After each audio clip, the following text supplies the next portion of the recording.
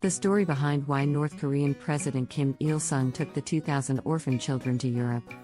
In 1950, the Korean War broke out and North Korea was faced with significant humanitarian challenges. As a result of the war, many children became orphans, losing their parents in the conflict.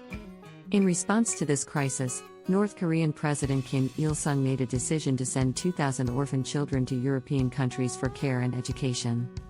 Kim Il-sung saw this as an opportunity to build relationships with other countries and show the world that North Korea was capable of providing for its people, even in the face of war and hardship.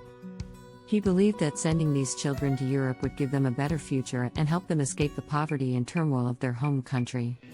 The children were carefully selected and prepared for their journey, which took place in 1953. They were sent to several European countries, including Bulgaria, Czechoslovakia, Hungary, Poland, and Romania. Once there, they were placed with families or in orphanages, where they received food, clothing, shelter, and education. The program was considered a success, and many of the children went on to lead successful lives. Some returned to North Korea after completing their education, while others chose to stay in Europe.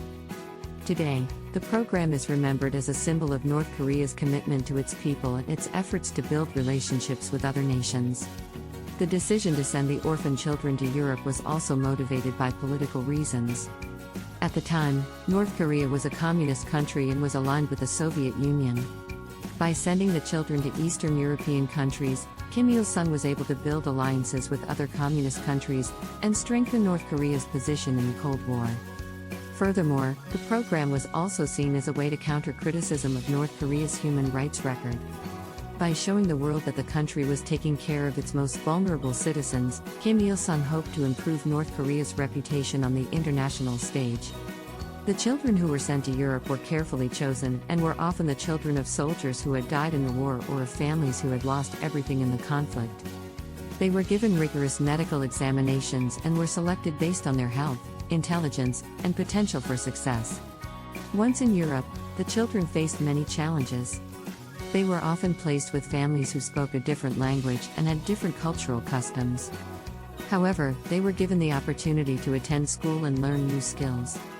Many of the children went on to become doctors, engineers, and other professionals. Despite the success of the program, it was not without controversy. Some critics have argued that the children were used as political pawns and that the program was designed to indoctrinate them with communist ideology. Others have criticized the program for separating the children from their cultural roots and families. Overall, the story of the 2,000 orphan children sent to Europe by Kim Il-sung is a complex and multifaceted one. It highlights the challenges faced by North Korea during the Korean War, as well as the country's efforts to build alliances and improve its reputation on the international stage.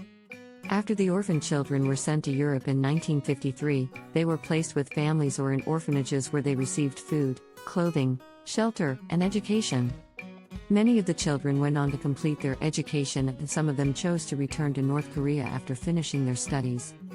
Others decided to stay in Europe and build their lives there. For those who returned to North Korea, many of them became professionals and contributed to the rebuilding of their country after the war. Some of them were sent to work in the agricultural sector, while others became doctors, engineers, and scientists. The North Korean government also used some of them for propaganda purposes to show the success of their program and the benefits of communism. However, the fate of the children who returned to North Korea is not well documented.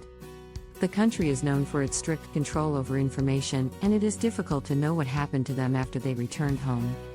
For those who chose to stay in Europe, many of them assimilated into their new cultures and went on to lead successful lives.